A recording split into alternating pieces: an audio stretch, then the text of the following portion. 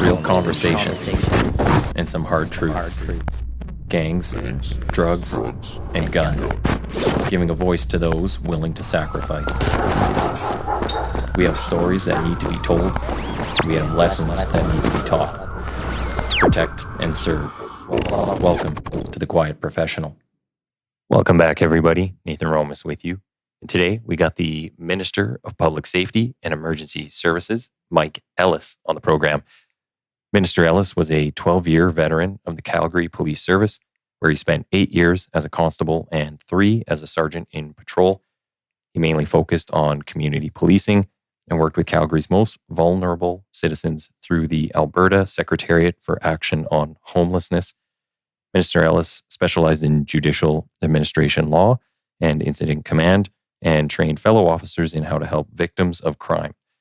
The minister has studied in the Bachelor of Policing program at Charles Sturt University in Australia.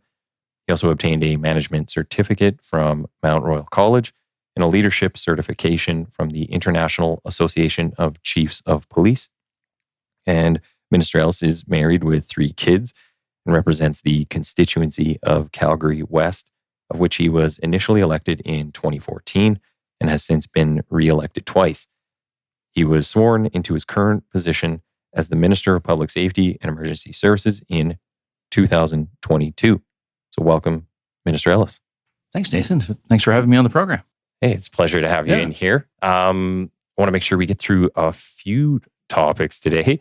So I'll make sure I get you out of here on time. Yeah. But want to talk about you to start. So if you could start at the beginning and tell us a little bit about you and where you come from. Wow. Well, I think as I told you, it's not very common for police officers to talk about themselves. So, for you and your audience, just bear with me. Let me just say something that, I love being a police officer. I started my career back in 2003. Prior to that, I was a operations manager for a security company. Prior to that, I was just a young 20-some-odd-year-old kind of figuring out what my life was going to be. Did a little bit of acting, did a little bit of modeling, although I much older now, and certainly people would be surprised. But anyway, you know what? Had a really good time just kind of growing up. And when I was an operations manager for the security company, I always felt a bit of a calling, like there was just more to life. Mm-hmm. And it was, operations manager, it paid really well, had an opportunity to, potentially become a partner, if not an owner.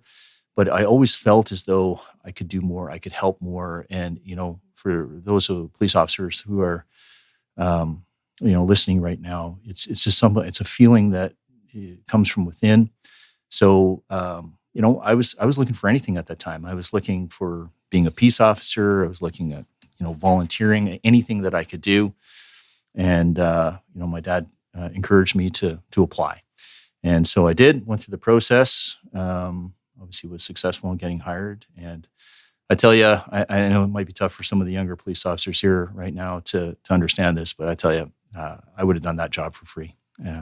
That's how much I loved it. And I worked the streets of Calgary from 2003 for the next couple of years when we really didn't have any resources available. Like when I see that, you and I were talking earlier about mental health, and like there was nothing to help people with mental health. There was nothing to help people with severe addictions issues. All we had on the street at the time was either give somebody a ticket or figure out a way to move them along or incarcerate them in some way. Obviously, we had a new vision that came along in the police service under Chief Hansen, who basically said, you know what, we're going to find a way to help people with mental health. We're going to find a way to help people with severe addictions issues. And those who commit the crimes, those who are truly the bad people, they're going to go to jail. Anyway, and then from there, spent the 2.5 years working downtown. Wanted to expand my career a little bit because, for anybody listening right now, you spend 2 to 3 years in an area. I found myself when I was working the street, dealing with people with severe addictions issues. The crack was really the prevalent drug of the street at that particular time. I found myself becoming very short with my family, and I was like, wait a second, this is not who I am. And so I moved into the arrest processing area, where I developed call it an expertise in judicial administrative law. And for those who are listening, I mean, I was really the bail hearing guy representing the Crown. I know the Crown prosecutors do that now. I will say that over the years, I had a hand in kind of moving that back to Crown prosecutors, because my thought at the time was, hey, let the police and let the prosecutors prosecute. And so, but that doesn't take away from the fact that to me, it was like being in school for 2.5 hours and learning what I did. Yeah. But I got a time when I was there, and I think it's very important for your listeners to know this. I saw people at the depth of their despair. So when people come in on a 5-day crack binge, when people had, been incarcerated, as we all know, usually drugs or alcohol is a factor when they're arrested, and it's unfortunately the case. So anyway, when I talked to them and I was reading off their charges, and they had to be sober when they went in front of the Justice of the Peace.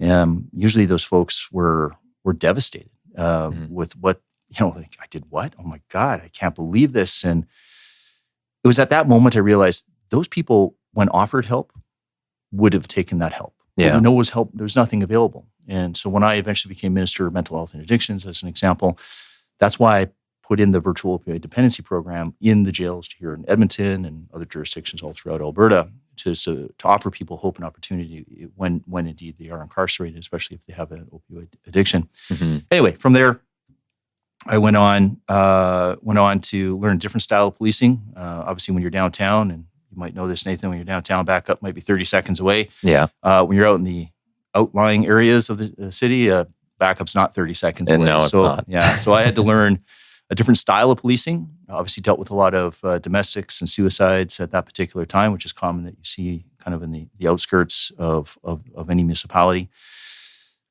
And from there, developed a bit of a expertise in kind of incident command, which is something I love that. It's kind of, for your listeners, it's controlled chaos, isn't it? Mm-hmm. Right? So that controlled chaos and kind of taking a critical incident and then resolving it and making sure everything is kind of handled and all the pieces are put into place.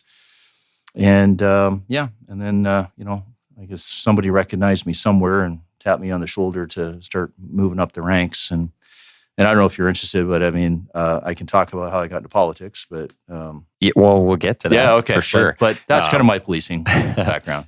And the incident command, actually, I mean, that fits very well with what you do now. Yeah. Right. I mean, that's right up your alley now. Emergency services, right? I mean, Yeah. it's, God forbid we have a disaster, somebody has to be in command of that, right? Yeah. Now let me just back up a bit. I think for our listeners here, I think everybody understand it's not the minister who is the commander in charge of the critical incident. Obviously, with our Alberta Emergency Management Agency, obviously there is an incident commander there. Obviously, as the minister, I'm the person who is making sure that there are necessary resources available if funds need to be available. But would I like to be the commander? Sure. We get you a cool hat. Yeah, in charge there. Go stand over there in the corner, right? That's what they tell me. But going back to like even when you were first looking at getting into this career. Mm-hmm.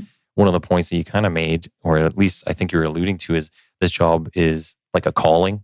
Yeah. And that's one thing I've had a conversation with many guests before about is even the recruiting style for a lot of things now, it's almost just a job. And they're like, hey, just come here, work 8 to 4 and that's it. And, you have all these other things that you can do in life.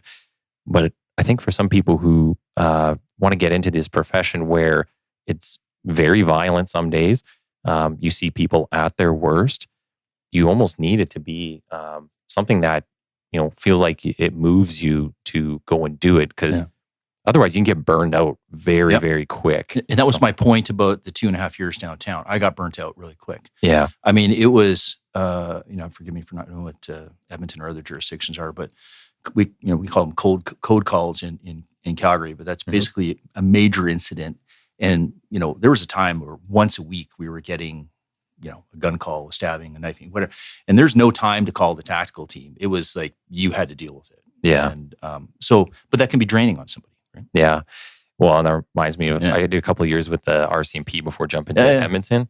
So I know what it's like when you show up on scene, especially as brand new on the street. Right. Your early 20s, you're like, I've never dealt with any of this. Right. And you're the law. That's it. That's it. So Which is why, and I, this is certainly not trying to offend any of your listeners here, but if I had a magic crystal ball or something along those lines, I mean, my belief is that you should be about in your mid-20s when you join the police, for the reason that you talked about. Which if you're 18, 19, 20 years old, and this is not really for me because I was more closer to 30, I think, when I joined. But, having spoken to some of those younger folks who were classmates of mine who were 18, 19, 20 years old, they had a lot of regrets because they weren't, they said, like, I didn't know anything about going into somebody who'd been married for 20 years and try to resolve their conflict. And so there is something to be said to gain a little bit of life experience before joining the job. And I think that's, should be part of the recruiting. Yeah, 100%. I had that exact experience. Yeah. I was 24 and somebody called and said, we're having our domestic fight and they needed me to solve it. And I go out there and I remember telling them, it's like, I'm half your age, grow up. Right. And tell them to solve their issues. And sometimes you don't get the respect. Yes. Because I mean, if you think about it, if you've been married, if you're 50, 60 years old and you've been married for 30, 40 years, and then some guy 20 years old is showing up, or, why am I going to listen to you? Yeah. So it's tough. It's challenging. And a lot of the people you deal with, they can, I want to say, almost sense that you are junior on the job. Yeah. Combine that with, so even if you look older, but you're junior on the job, they can tell just by your command presence and the way you handle things. But then if you also look, baby face, you're not getting any respect. Yeah. Well, hey, look, I mean, if I know we're having a coffee here, but I do have some war stories, but I don't think it's appropriate for radio. All good.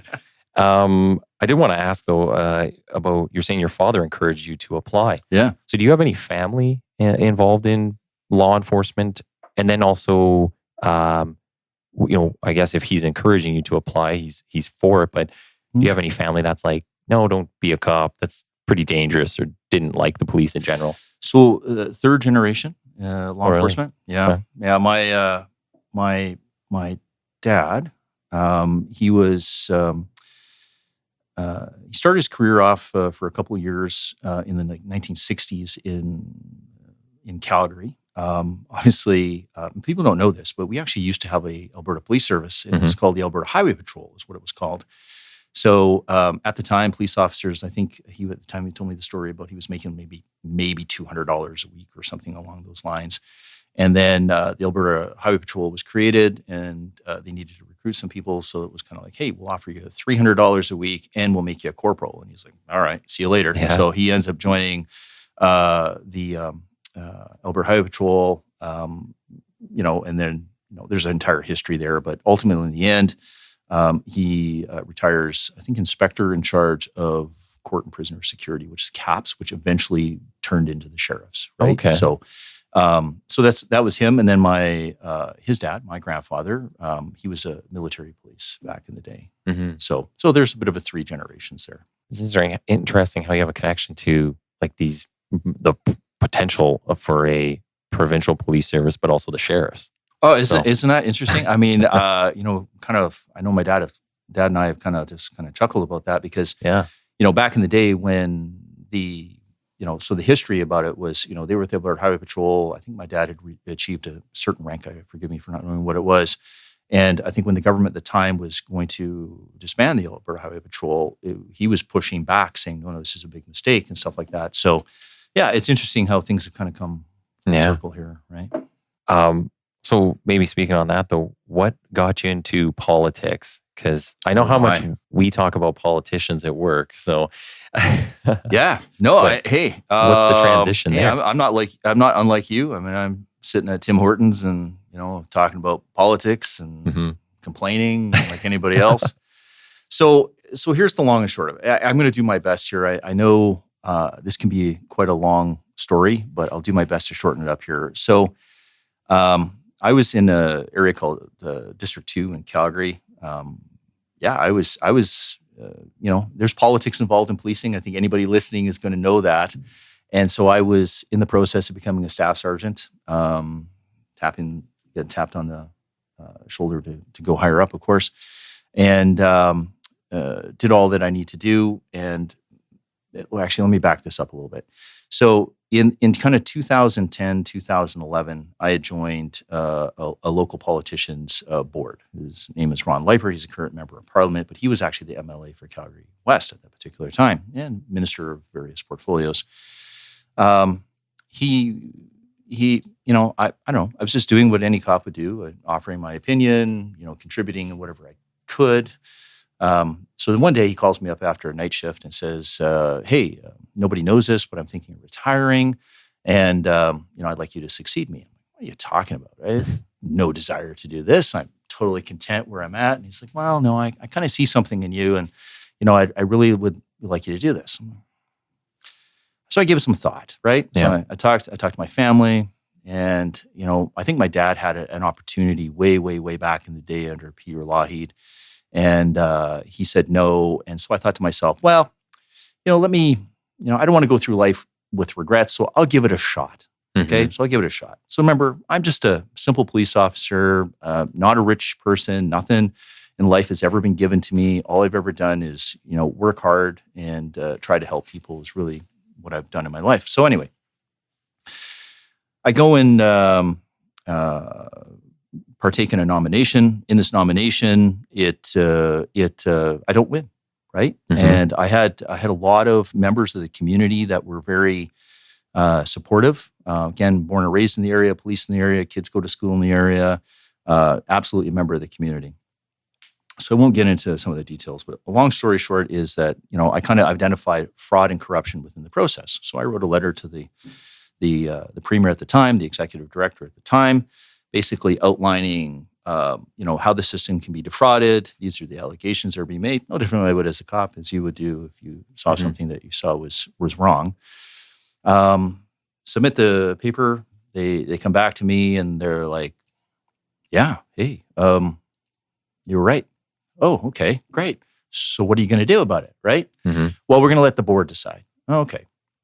So this is now I'm getting really, really taught about politics at this particular time.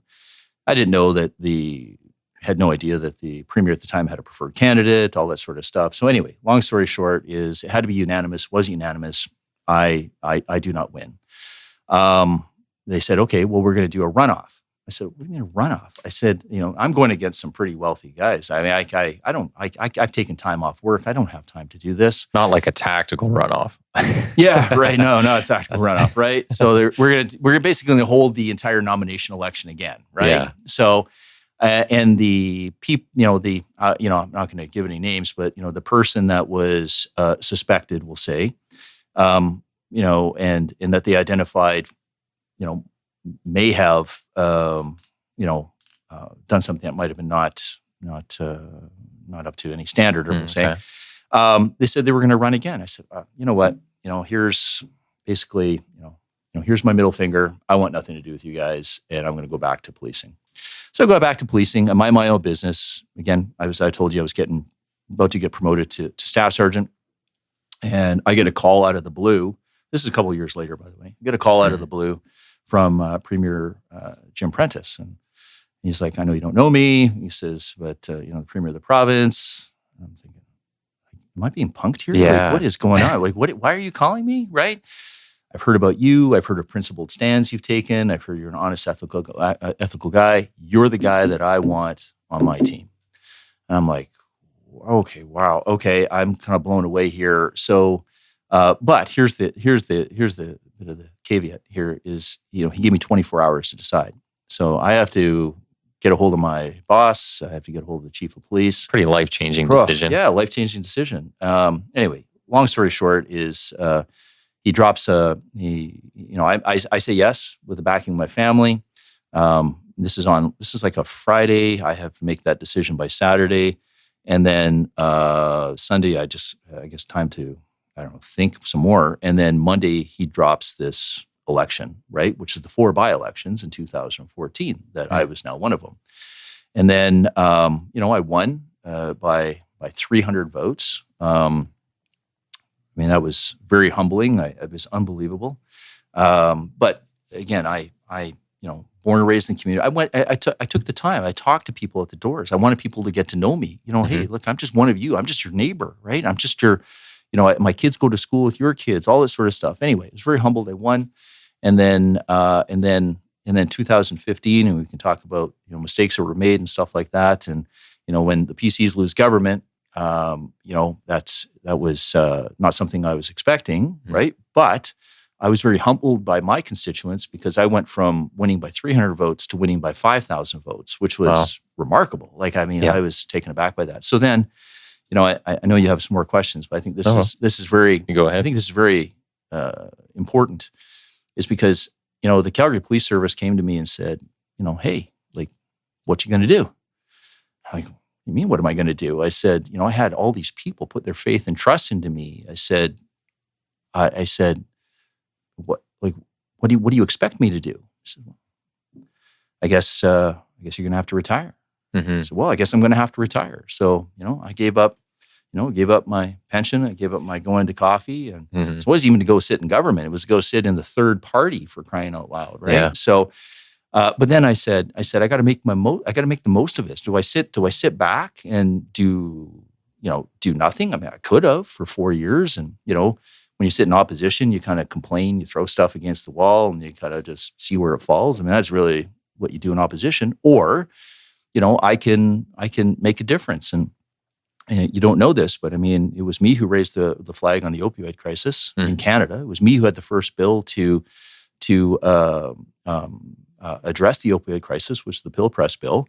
I went to other jurisdictions to try and get them to do similar type of bills.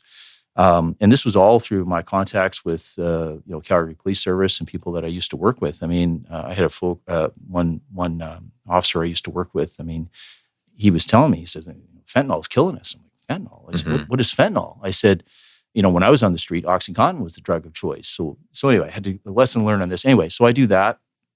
And then the people of Calgary West were very, very clear to me that they wanted one single party going into the next election. So a lot of people don't know this, but it was actually me and a Wild Rose member at the time by the name of Derek Fildebrand, who had not just the first conversation, but they called it the beer, right? So we went and had a beer together. And it was like on a, minus 30 on a Monday with no notice. And we had 200 plus people show up. And I was like, whoa, wait a second. And the media, and I was like, wait a second, there's something here, right? So at that point, former Premier Kenny, kind of heard about what we had done. We had received media attention at that particular time. And so he reached out to me, and we talked about, what this could possibly look like in the future, right? And, history was made. And then the other thing too was Serenity's Law, right? I mean, you might be aware of that, but a young girl who had died in custody under horrific circumstances, and I was the only politician in that entire building, and I'm not trying to slander anybody or anything along those lines, but I reached out to the family. I mean, it was devastating. And so I offered up something that was going to help all children. So Serenity's Law basically was that, you cannot turn a blind eye to a child that is at risk, right? And although the legislation at that particular time said contact a director or something along those lines, nobody knew how to contact that director or how that process would work. So the simple change was that, and this is all for the law enforcement, was simply, if you see a child at risk, call the police. Simple as that. Yeah. Right. Okay. So anyway, and then I'm told by the Speaker's office, I think that I'm the only person in the entire Westminster system, which I was absolutely mind-boggled to hear, that has had a bill passed as a private member as opposition, as well as in government. And I guess I also had a bill, the Police Act, right, which was recently passed, that was under me as well. So I think for any of your listeners, some people think it might be simple. It's actually very hard. It's very complex. It's almost like winning the lottery to even get an opportunity to have a bill. So I was very humbled by that. So. Yeah, I don't imagine it's a very easy process because you always hear about these things and then they either just completely disappear or you hear about one getting through. Oh, yeah. Yeah. I mean, really, in any session, first of all, you'd have to win the lottery. So out of all the private members, there literally is a lottery, and then there you go, one to like 60 or 70 or something, whatever that number is. But the point is that you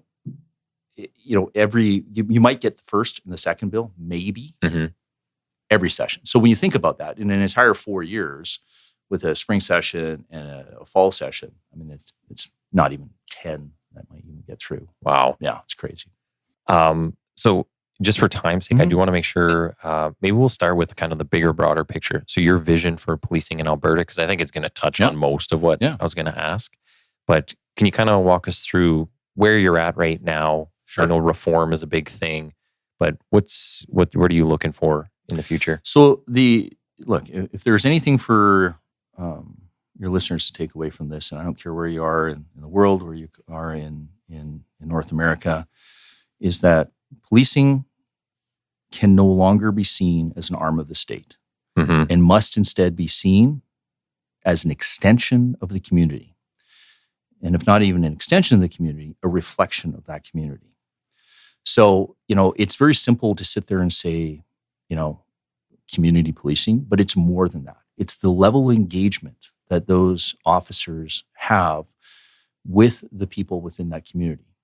So, the paradigm shift that must change is that when, officers show up, it should be a level of, oh my God, thank you. Thank you for being here. You're here to help me, not a level of fear that sometimes is in other jurisdictions, right? So you must wrap your head that we are not an arm of the state, but an extension of the community. And that's why I'm the first person to sit there and say time and time again, no politician can and should be directing law enforcement. They're, they have a role to play in the system. Obviously, as a politician, we have a role to play in the system, which is creating those laws, but no one should be directing law enforcement as to what to do, right? So anyway, but that's the overall vision, is what I want to see. And then ultimately, we were very successful in Calgary years ago by having that kind of thinking. And, we received, I think at the time, it was like a 97% approval rating with the citizens, which is unheard of, right? Anywhere in North America. In fact, I'm pretty sure when I was down in the United States one time, there was a senator I was talking to. I don't think he even believed me until he Googled it. And he was like, oh my God, you're right. But I'm also seeing that. So we're in Edmonton right now, and Chief McPhee, who's a great guy, I mean, him and I have talked. I mean, he has a very similar vision, and that's why you're seeing this level of engagement that EPS is having with its citizens. And, I'm proud, each and every day when I hear stories of the level of engagement. And it's not about that heavy hand of officers coming in and, putting on the black gloves and, scaring anybody. It's really about saying, hey, I'm here. How can I help you? And how can we, get you to the necessary resources, right? Yep. Yeah. So, and, I know you want to talk about this too, but, that's why I was out the other day with the sheriffs and out with the EPS folks. And we're walking in the Chinatown area and walking amongst the vulnerable population and talking with them and engaging with them. And again, it was not about, so 20 years, whatever that was, 20 years ago when I was policing, it was like, beat it, move along. Again, I had nowhere else to take the person. But that's not what we're doing right now. What we're doing right now is a level of engagement so that when that officer has contact with that vulnerable person, it's more, how can I help you? If you have an addiction issue, here's the resources available to help you, whether it be treatment, the VODP. If you're not ready yet, we can get you on the, some folks do, it's hard to believe, but some of the vulnerable people do have cell phones. Well, okay, I want you to download the digital overdose response system. Well, one of the things I saw too, and it's one of the previous guests I was chatting with, one of the complications we run into as police is the information sharing. Yeah. So if I have a person that in front of me that needs whatever resources or services it might be, if they won't tell me something, but say I know their name, because a lot of the people we deal with are still wearing their hospital bracelets. So you get their name off of that. But if I call the hospital, they'll say, I can't share information with you. It's like, I'm just trying to get this person some help. Like, come on. I'm not looking to open a credit card in their name or something. So the information sharing has been a huge issue among the different resources that are out there, and especially like when it comes to the shelters too. Yeah. Sometimes people will share with you, some of them won't, for various reasons of how they see police. So, well, we're working on that. But here's what I would say about this. So when I first was Minister of Mental Health and Addictions, there was a lot of the stuff that you were just talking about there. And I was, again, the old commander in me kind of went, okay, you know what? I want the chief of police. I want the head of the fire department. I want EMS. I want them at the legislature, and we're going to have a talk. And really, it was just about, look, once we get everybody in the same room together, we realize we're all engaging and dealing with the same people. Yeah. And then and the good news is that when through having these conversations, they were willing to share information. Great. Yeah. Right? Because we don't need duplicate services. I don't need you going to a call and then unnecessarily having fire show up to the call or EMS showing the call when EMS wasn't required to show up to the call. I mean, that's just inefficient, right? Yeah. So having a bit of we called it a command team of leaders of those emergency services organizations to sit there and say, hey guys, I want you guys all to be on the same page. And make sure that we're properly dispersing the resources, and you know what, as long as there's approval within the lawyers, we'll say, if they're sharing. I always say, I can go on tangents about lawyers, but anyway. But as long as we're sharing information regarding, the lawyers say it's okay, then that's great. So my understanding through talking to Chief McPhee is that actually was quite successful. And plus, you're probably aware of the Health IM app as well, right? So.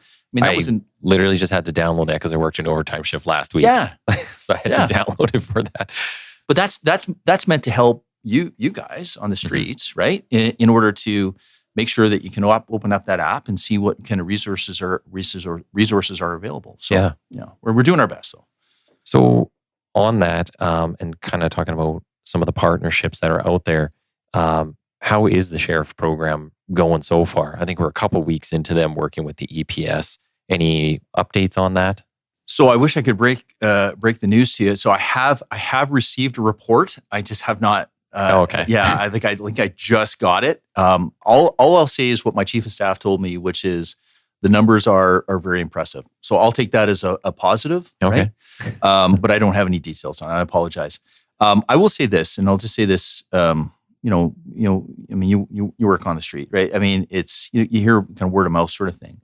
And I'll just say this: the compliments that my office has been getting, that Chief McPhee's office has been getting, is again part of this positive shift that I'm seeing here in Edmonton. So these there's only 12. And I don't want to downgrade that, but I mean, there's 12, and then there's I think about 12 EPS officers, and then they're working in different shifts. But it's that visible presence, and the feedback that we're getting from people in Edmonton are, wow, you know what? I was walking in the pedway and I saw the officers there. Thank you, just thank you. That knowing that they were there made me feel more safe. Yeah.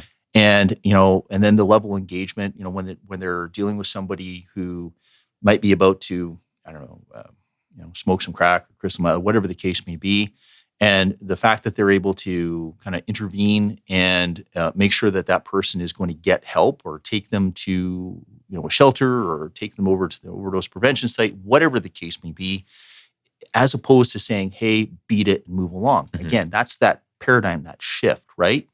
And when we start doing that and the citizens are starting to notice that, then to me, that is starting to achieve the goal that we're looking for, is for Edmontonians to feel more safe. Yeah. And then when we deploy the ones in Calgary, we want the same thing, for them to feel more safe. And they're looking at a similar model for Calgary right now? Yeah, I know that in Calgary, the sheriffs had their last training day the other day. I think they're deployed now, to be honest with you. Okay. Or they're about to be deployed. Okay. Yeah.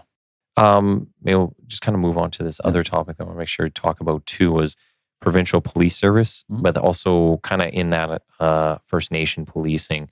So the Provincial Police Service, is there any idea of like how certain that is that that's going to happen? Does that depend on a whole bunch of things still? Yeah. So this is, I'm being very, very transparent here. There is no decision that has been made in regards to the Provincial Police Service. What we're doing right now is we're trying to empower the municipalities. So you're probably aware of Grand Prairie as an example, right? Yeah, so that was one of the things I had right here is I saw there was some funding for them to kind of explore the idea of opening. Well, they've already explored the idea. Okay. Yeah. So on their, without any funding from the Alberta government, they went and did an independent study. And through that independent study, it showed that, a municipal police service would probably better suit them than the existing model that they have. So tomorrow, so March 7th, their city council is going to be deciding whether or not they are going to proceed or not proceed with the recommendations from this report. We as the Alberta government want to empower the municipalities, and that's why I went up there and said, look, if this is something that you do choose to do, then we will have a $9.7 million grant available to you, because as you're probably aware, there are startup fees and transition fees and stuff like that. So we don't want that to be a barrier for you. But yeah, they're, in talking to them and the mayor and stuff like that, they seem pretty excited about it, to be honest with you. But we're trying to empower other municipalities as well. Yeah. And you know what? It makes sense. The only thing I wonder too, and this is an article I read by Kevin Sear, it's a guy I follow on LinkedIn, commander in Lower Mainland. And he did a paper with a few academics on just the difference between like U.S. Policing and Canadian when it comes to militarization. But a big part of that was talking about the fracturing, or I guess just how many services they have there. So I'm wondering, is there a point where, say, every single city in Alberta is like, I want my own police service? Do we become too fragmented to have a consistent standard? You start getting people from different jurisdictions. They have different budgets, different training. So what does that look like? Yeah, so a couple of things there, right? So obviously, Grand Prairie is a larger municipality, at least in Alberta. It's obviously not the size of Calgary or Edmonton, but still a larger municipality, comparable to at least, I'll say, Medicine Hat and Lethbridge as an example. So there may be some concerns regarding that. I mean, I would just say, hang on a second. I mean, Tabor has its own police service, and Camrose has its own police service. So they have been successful, at least from what I'm aware of. So what we've been looking at is the regional approach, right? So as a region, let's use Camrose just as an example. The chief there, actually, him and I used to police together back in Calgary back in the day. And so there's Camrose, and then there would be the region surrounding Camrose, which would be the county and stuff like that. So to me, it's always about resources. It's not really necessarily about the uniform that you wear. It's just that if we have a critical incident, right, it's about how do I make sure that I get the necessary support services. Services, the canine, the tactical, whatever that case may be, ident, all this sort of stuff, in a reasonable amount of time. So this is what I'm asking if these municipalities so choose to look at, what is going to be best to fit and suit them. In regards to the RCMP, let me just say this. As you, a former RCMP member, I have nothing but respect for the wonderful men and women who are the front line. And I can tell you, the calls to service, the pressure that they're under, it's not about, I'm going to say it's not about money. In Canada, there just does not appear to be enough RCMP officers to fill the vacancies, quite frankly, right? Yeah. And the stories that I have heard, I think they're having trouble even filling some of their classes at depot and stuff like that. And I would say that it's no reflection on recruiting or anything like that. But we talk about the younger generation. We talk about we were talking about that earlier. And if I'm a young kid from Calgary who's basically lived in the city my entire life, and I don't know where you were first posted, but all of a sudden you're posted to. I was in Okotoks. It was a nice place. Yeah, there you go. Right, well, you're one of the lucky ones. Yes. So I'm going to say that, right? But if you weren't, I'm going to say that becomes a challenge when it comes to recruiting. Yes. And I might be speculating, but I would say those are some of the anecdotal stories that I have heard, right? Mm-hmm. And, I'll commend the RCMP for trying to do their best to keep people within a certain province and stuff like that. But I still think that those are some of the challenges that they're facing. Now, let me just add this as well. A lot of people don't know this, but the Public Safety Canada has signal checked, right? It's so again, it's not about the wonderful men and women. Public Safety Canada has signal checked, saying, "Hey, you know what? We might be looking at maybe not doing contract policing, or at least pulling away a bit." Mm-hmm. So that's why you have an all-party committee in British Columbia that said, "Hey, we need to explore an option other than contract policing." You have Saskatchewan that says the same thing. You have New Brunswick and Nova Scotia who've all said, "Hey, we need to look at something other than the contract policing."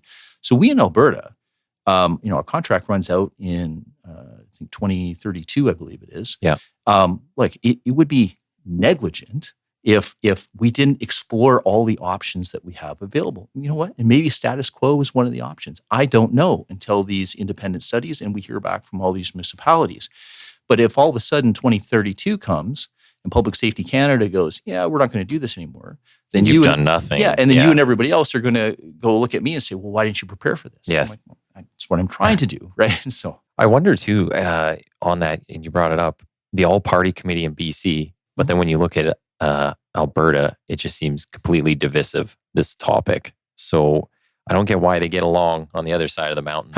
And then you come here and it's a totally different world. Well, Nathan, I need another hour to talk about that. But it's a good question, right?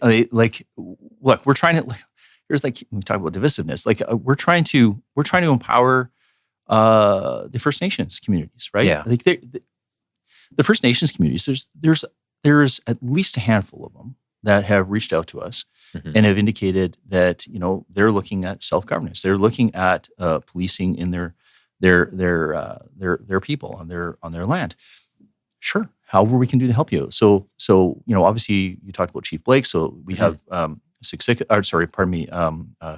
right, who is the constituency, or it's right next to me, right? The land is right next to my constituency, and I've been out to that police station. It is fantastic. They do a wonderful job, and I'm working with them to try and find better ways so that they become even more independent. They get more services, all this sort of stuff.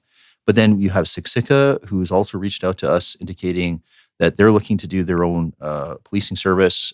We've had up here in this region, I think Enoch has reached out to me saying, "Hey, we're looking at doing something." So, I'm not going to force something on them. I say to them, you give me your independent study, we'll go over this and let me figure out how I can help you and how I can empower you so that you can, police your own people. So, if we would talk politics for even a second, that's the difference between us and we'll say the other party. We're trying to empower these municipalities. We're trying to empower the First Nations, and and the other party's not. I hate to say that, right? Well, yeah, and one of the things I found interesting talking to Chief Blake was just the amount of, I'll say, different legislative bodies or acts that they have to kind of operate under or answer to. So they still fall under the Alberta Police Act, but they're treaty agreements with the feds. Yeah. So there's some funding they have to ask for over here, some over here. It seemed like a giant mess. It is kind of operate in. I just as a former cop, and I think I might have been, I can't remember if it was Chief Whip or if I was the Minister of Mental Health and Addictions, but regardless, I think I was talking to the Solicitor General at the time because I know Chief Blake had reached out to me just to remove some barriers in the Police Act so that they can hire more people. They needed some ridiculous approvals from various organizations, both Canadian and it was unnecessary hoops that they needed to go through just to hire some people. So I know that was corrected, but working with Chief Blake, there's more that can be done. Yeah. One of the things that's surprising was he was talking about specialized units, they're not allowed to create based on, I guess, legislation. Yeah. And then that leads to issues with retention because then people go to Calgary or wherever else because they want to do some different things. So, and pension too, right?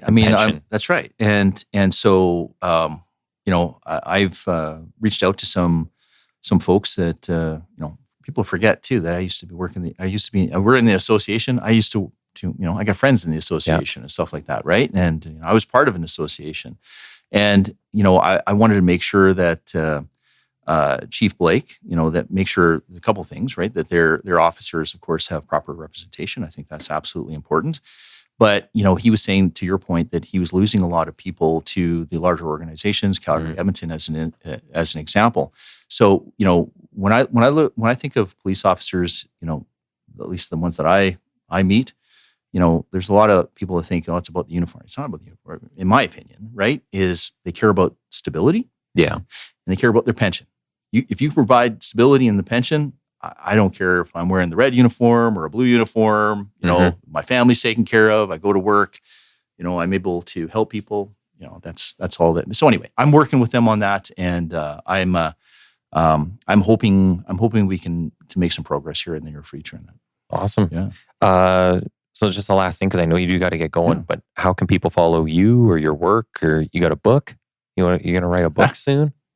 It's Nathan. It's funny you say that. I've had a front row seat to everything from 2014 onwards. When I mean a front row seat, I was there for floor crossing over as kind of a objective, kind of not involved, but here I am, all the way through to, again, one of the instigators of kind of starting that movement of United Conservatives. All the way to the bills that I was talking to you about, and to what I'm doing right now, which is let me just say this, right? Even the mental health and addictions, right? The recovery-oriented system of care. This is known internationally now as the Alberta model. Yeah. So when Premier Smith, when I was talking to her about this, and obviously she was very impressed with what we had done here in Alberta, and again, I could probably talk for another half an hour on all the great things we've done, but it's called a recovery-oriented system of care. It's known internationally as the Alberta model. She said, I really need you to come in and kind of fix, not that it's broken, but just really take law enforcement to another level.